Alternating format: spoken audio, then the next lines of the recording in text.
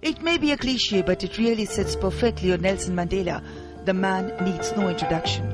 Born this day in 1918 in a tribal royal family, it was one of his teachers who gave him the name Nelson. In the 1950s, Mandela joined the anti-colonial movement of the ANC. Mahatma Gandhi and Jawaharlal Nehru were amongst his idols. In the early 1960s, Mandela became associated with the armed wing of ANC known as MK. In 1962, Mandela was arrested, convicted of sabotage and conspiracy to overthrow the government and sentenced to life imprisonment. International interest in his plight came in July 1978 when he celebrated his 60th birthday. In March 1980, the slogan "Free Mandela" sparked off an international campaign that led the UN Security Council to call for his release. Meanwhile, international pressure grew against apartheid and South Africa faced economic stagnation and cultural and diplomatic isolation.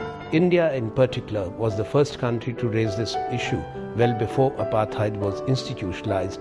India was relentless in isolating apartheid South Africa. By now an iconic figure symbolizing democratic values and humanism, Mandela's 70th birthday in July 1988 attracted international attention.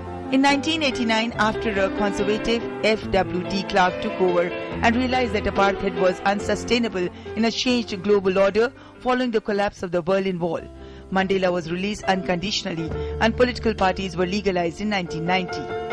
After protracted negotiations between the outgoing white regime and the elections were held, and Nelson Mandela became the first president of South Africa on 10th May 1994 in a fully representative multiracial election. Bureau Report, DD News.